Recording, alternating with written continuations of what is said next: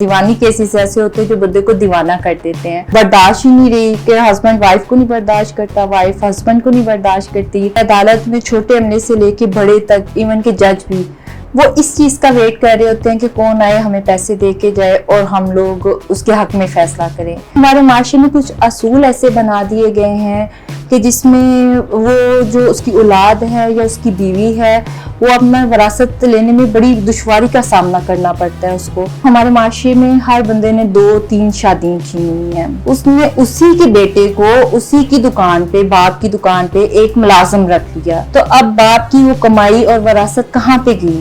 وہ مکر گیا بھائی اس کا, کہتا ہے کہ تمہارا باپ کچھ نہیں چھوڑ کے گیا. تو ایسے بہت سے بچے ہیں جو رول گئے ہیں جن کو ان کی وراثت ملی ہی نہیں. پاکستان سے لے کے ملیشیا, ایشیا, امریکہ, افریقہ, میوزیفائی اب چلے دنیا کے ساتھ. السلام علیکم ناظرین, میں ہوں آپ کا میزبان افضل افتخار اور آپ دیکھ رہے ہیں catch up with uptown Ed. آج کی جو ہماری مہمان ہے پاکستان کی فیمس لائر نور.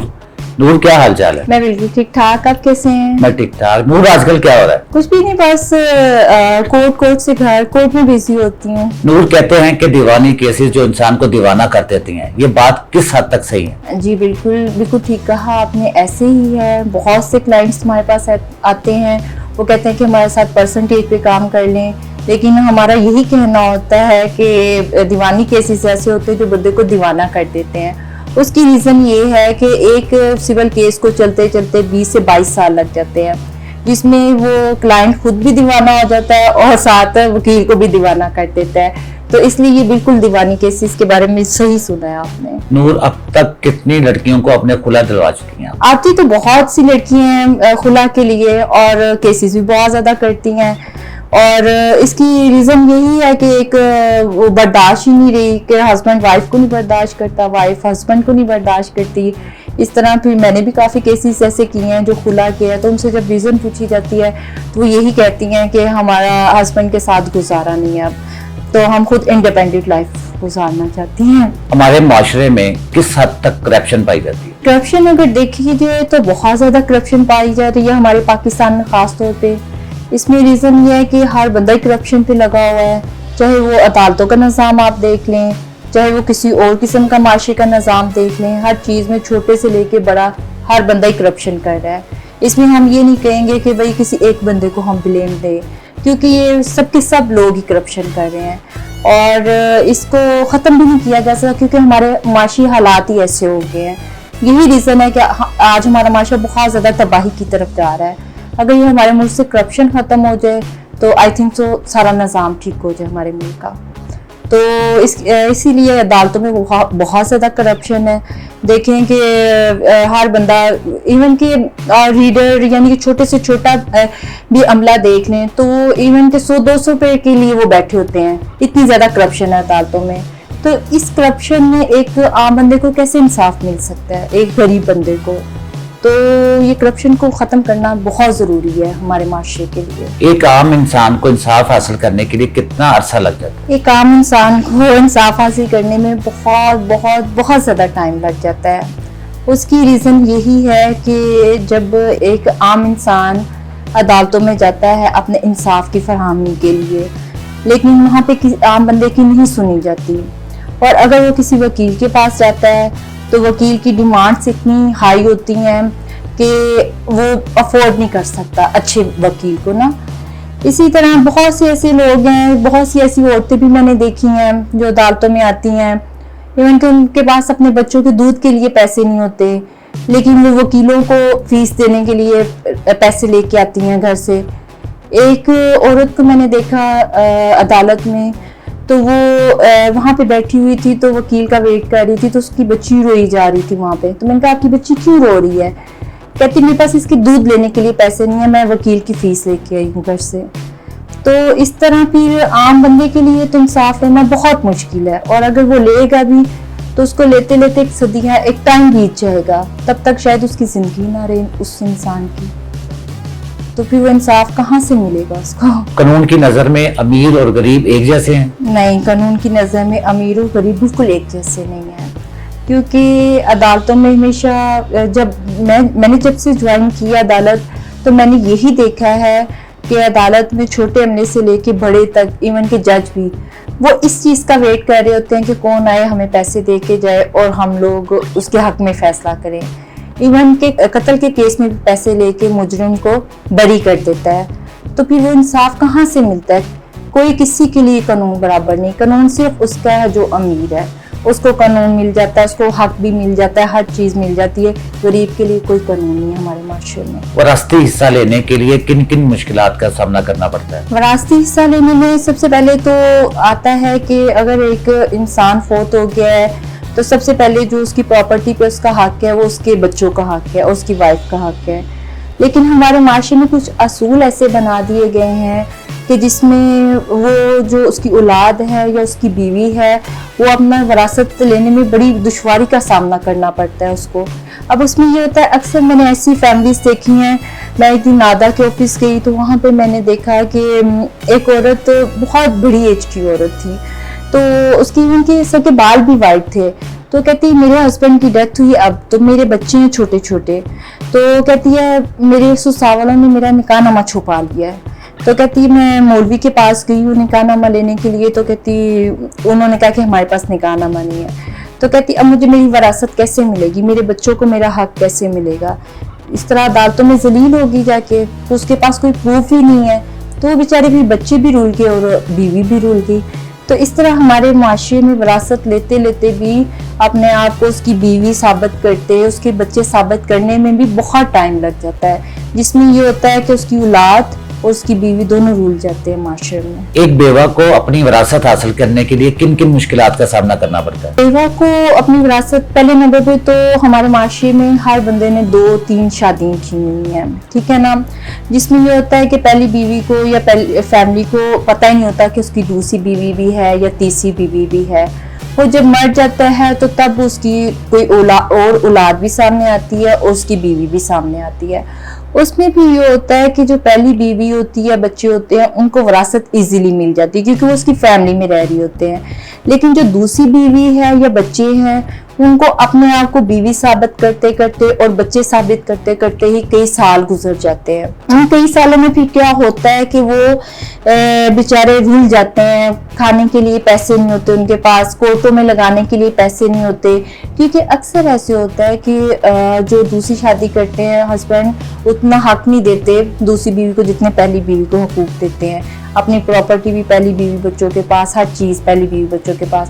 لیکن جو دوسری بیوی ہوتی ہے وہ بیچاری معاشرے میں ذلیل ہو جاتی ہے اس کی وفات کے بعد. تو اس لحاظ سے ہمارا نظام بہت خراب ہے، بہت غلط ہے. اس لحاظ سے کوئی ایسا لا پاس ہونا چاہیے کہ جس میں اگر دوسری شادی کرنی بھی ہے تو دوسری بیوی کو اتنے حقوق دے ساتھ ہی کہ کم از کم کل کو اس کو کچھ ہو جائے تو اس کے بیوی بچے ایک چھت کے نیچے ہوں. یتیم بچوں کو اپنا حق حاصل کرنے کے لیے کن کن مشکلات کا سامنا کرنا پڑتا ہے؟ دیکھیں جی، پہلی بات تو یہ ہے کہ جب ایک آدمی فوت ہو جاتا ہے تو اس کے بچے، اکثر ایسے ہوتا ہے کہ اولاد بہت چھوٹی ہوتی ہے. جب ایک آدمی فوت ہو جاتا ہے تو اس کے بچے چھوٹے ہوتے ہیں، ان کو پتہ نہیں ہوتا کہ بھائی ہمارے باپ کے پاس کیا ہے کیا نہیں. اس میں یہ ہوتا ہے کہ اس کے جو بہن بھائی ہوتے ہیں وہ بندے کے، ان کو پراپرٹی کا پتہ ہوتا ہے، وراثت کا پتہ ہوتا ہے، تو وہ آگے وہ سنبھال لیتے ہیں اس کی وراثت کو نا. لیکن اب یہ ایسے ہے کہ اگر بچے نے وراثت لینی ہے، اس کو جب وہ تھوڑا بڑا ہوگا اس کو پتہ چلے گا کہ میرے باپ یہ چیز چھوڑ کے گیا ہے، وہ بھی اگر اس کے بہن بھائی مانیں گے کہ بھئی یہ بندہ وراثت چھوڑ کے گیا ہے تو دین اس کو ملے گی وراثت. ادروائز وہ بچہ اسی طرح اپنی وراثت، اس کو پتہ ہی نہیں ہوگا تو وہ وراثت کیسے لے گا. اور وراثت لیتے لیتے بھی بچے کو بہت ٹائم لگ جاتا ہے. جب ان دنوں میں، جن دنوں میں وہ وراثت کے لیے اپلائی کرتا ہے، ان دنوں میں وہ ایون کہ اپنے پیسوں سے، باپ کے پیسوں سے بھی محروم ہو جاتا ہے. اس کے بہن بھائی ہر چیز پہ قبضہ کر لیتے ہیں. میرے ایون کہ ریسنٹلی میرے سامنے ایک کیس آیا ہے کہ ایک آدمی فوت ہوا ہے، اس کا بچہ چھوٹا تھا، اس کے بھائی کو ہر چیز کا پتہ تھا کہ یعنی کہ یہ چیز میرے بھائی کی ہے. اس نے اسی کے بیٹے کو اسی کی دکان پہ، باپ کی دکان پہ ایک ملازم رکھ لیا اور اس کو ڈیلی کے 500 پے کرتا ہے کھانے کے لیے. تو اب باپ کی وہ کمائی اور وراثت کہاں پہ گئی؟ وہ مکر گیا بھائی اس کا، کہتا ہے کہ تمہارا باپ کچھ نہیں چھوڑ کے گیا. تو ایسے بہت سے بچے ہیں جو رول گئے ہیں جن کو ان کی وراثت ملی ہی نہیں. نور یہ بتائیں کہ قانون سب کے لیے برابر ہے؟ قانون سب کے لیے برابر نہیں ہے. اس کی ریزن یہ ہے قانون صرف اس کا ہے جس کے پاس پیسہ ہے. خاص طور پہ ہمارے معاشرے میں ایسا ایک وہ ہو گیا ہے, ایک رسم بن گئی ہے کہ جس بندے کے پاس پیسہ ہے اس کے ساتھ سب ہے, جس کے پاس پیسہ نہیں ہے اس کے ساتھ کوئی بھی نہیں چلتا. یہ ہمارے ایک معاشرے میں بہت گندا سا رواج آ گیا ہے کہ غریب انسان کو کچھ نہیں سمجھا جاتا. ایون کہ غریب انسان کو اس کا انصاف نہیں ملتا معاشرے میں, اس کو کسی قسم کی سہولت نہیں ملتی. اور یعنی کہ جس طرح سے اللہ تعالیٰ کی نظر میں سب انسان برابر ہیں, تو اسی طرح قانون میں اور معاشرے میں بھی غریب امیر ایک ہونا چاہیے. لیکن ہمارے معاشرے میں بڑے افسوس کے ساتھ یہ کہنا پڑتا ہے کہ یعنی کہ ہمارے معاشرے میں یہ نہیں ہے, ایسے نہیں ہے. آپ کو سیر و تفریح کا بھی شوق ہے صرف, یا کام صرف کام؟ نہیں, سیر و تفریح کا تو مجھے بہت زیادہ شوق ہے. میں تو بہت زیادہ جاتی ہوں, ناردرن ایریاز میں بہت زیادہ جاتی ہوں, اور آؤٹ آف کنٹریز وغیرہ بھی گئی ہوں. اب انشاءاللہ نیکسٹ بھی پلان کر رہی ہوں جانے کا, کیونکہ میری یہی کوشش ہوتی ہے کہ جو میں ارن کروں اس کو میں اسپینڈ بھی کروں. آپ کا نیکسٹ ٹور کہاں کا ہے؟ انشاءاللہ سعودیہ جانا ہے, پھر اس کے بعد دبئی جانا ہے, اور ویری سون انشاءاللہ تعالیٰ اسی منتھ میں. آپ اپنی جاب کو اور گھر کو کیسے مینج کر لیتی ہیں؟ یہ بہت ٹف کوسچن ہے, اور میں بہت زیادہ ٹف لائف گزار رہی ہوں. اس میں یہ ہے کہ ویری ڈیفیکلٹ لائف. صبح اٹھنا, کورٹ جانا, کورٹ سے پھر گھر آنا, پھر بیبی کو دیکھنا, پھر اس کے بعد گھر کو مینیج کرنا, گھر کو مینیج کرنے کے بعد پھر وہ بیٹے کی ٹیوٹر وغیرہ دیکھنا, اور پھر صبح اٹھنا, پھر اپنی گھر کی گروسری وغیرہ بھی, باہر کے بھی کاموں کو مینیج کرنا. ویری ڈیفیکلٹ, لیکن اب روٹین بن گئی ہے, اب فیل نہیں ہوتا. اچھا, کھانا خود بناتی ہیں یا بازار سے لے کے آتی ہیں؟ جب صبح کے ٹائم کورٹ وغیرہ میں ہوتی ہوں پھر باہر سے کھا لیتی ہوں, اور جب گھر آتی ہوں تو ون ٹائم اونلی رات کا کھانا بنا لیتی ہوں. کھانے میں سب سے اچھا کیا بنا لیتی ہیں؟ کھانے میں بریانی بہت اچھی بنا لیتی ہوں, چکن بریانی, اور جو چکن پلاؤ بہت اچھا بنا لیتی ہوں, جو سب پسند کرتے ہیں. اس کے علاوہ اور اچھا کیا بنا لیتی ہیں؟ اس کے علاوہ بے وقوف اچھا بنا لیتی ہوں. اب تک کتنے لوگوں کو بے وقوف بنایا آپ نے؟ کافی لوگوں کو بنایا ہے. نور, آپ کو سپورٹ سے کوئی لگاؤ ہے آپ کو؟ جی بالکل ہے, میں نے کرکٹ بہت زیادہ کھیلا ہوا ہے, بالنگ بہت اچھی لگتی ہے مجھے, بالنگ بہت شوق سے کھیلتی ہوں. کرکٹ تو میں نے بہت زیادہ کھیلا ہوا ہے, اور ان میرڈ لائف میں بہت زیادہ کھیلا ہے, بہت زیادہ پسند کرتی ہوں کرکٹ. نور, بالنگ کے لیے آپ کہاں پہ جاتی ہیں؟ اپٹن ویلی بالنگ کے لیے جاتی ہوں. وہاں کی بالنگ بہت زبردست ہے, وہاں کا فوڈ بہت ٹیسٹی ہے, اٹالین سٹکس وہاں کی بہت اچھی ہیں, اور بہت شوق سے تقریباً ہر ویکینڈ پہ میں وہاں پہ جاتی ہوں. نور, اگر کوئی آپ کے پاس غریب آدمی آ جاتا ہے, اس کے پاس پیسے نہیں ہیں, کیا اس کا کیس لینا پسند کرتی ہیں یا نہیں کرتی ہیں آپ؟ کیس میں نے پہلے بھی ایسے بہت سے لیے ہیں, اور انشاءاللہ تعالیٰ اب نیکسٹ ٹائم آئیں گے تو وہ بھی انشاءاللہ تعالیٰ لوں گی. میں کوئی پیسوں کی ڈیمانڈ نہیں کروں گی اس کے لیے. نور, کوئی پیغام دینا چاہیں گے آپ؟ میرا پیغام یہی ہے, سب لوگوں کے لیے پیغام ہے کہ یہ جو دو طبقے بنے ہوئے ہیں غریب اور امیر کے, خدا کے لیے ہمیں ختم کرنا چاہیے. سب انسان ایک برابر ہے, سب کو ایک ساتھ لے کے چلنا چاہیے. یہی میرا سب سے بڑا پیغام ہے. نور, بہت بہت شکریہ کہ آپ نے ہمارے پروگرام میں شرکت کی. امید ہے کہ ناظرین آپ نے نور کی باتیں سنی بھی ہوں گی اور آپ کو فائدہ بھی حاصل ہوا ہوگا. اسی کے ساتھ اپنے میزبان افضل افتخار کو اجازت دیجیے. اللہ حافظ.